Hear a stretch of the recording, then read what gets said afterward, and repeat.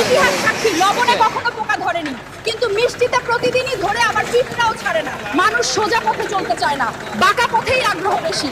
তাই তো মদ বিক্রেতাকে কোথাও যেতে হয় না, কিন্তু দুধওয়ালাকে বাজারে দাঁড়ে দাঁড়ে ঘুরতে হয়। আমরা সর্বদা দুধ বিক্রেতাকে বলে থাকি, দুধে জল মিশাননি তো? আর মানুষ মদে জল মিশে খায়। আজ পর্যন্ত মানুষকে এতটুকুই চিনলাম।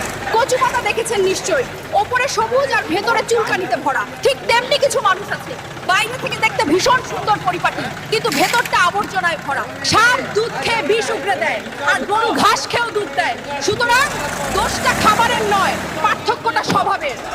নিজের যোগ্যতা নিয়ে কখনো অহংকার করবেন না।